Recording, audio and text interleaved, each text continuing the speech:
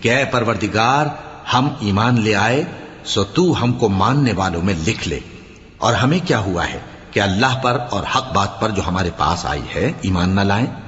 اور ہم امید رکھتے ہیں کہ ہمارا پروردگار ہم کو نیک بندوں کے ساتھ بہشت میں داخل کرے گا۔ پس اللہ نے ان کو اس کہنے کے سبب بہشت کے باغ عطا فرمائے جن کے نیچے نہریں بہ رہی ہیں، یہ ہمیشہ ان میں رہیں گے، اور نیکوکاروں کا یہی صلہ ہے۔ اور جن لوگوں نے کفر کیا اور ہماری آیتوں کو جھٹلایا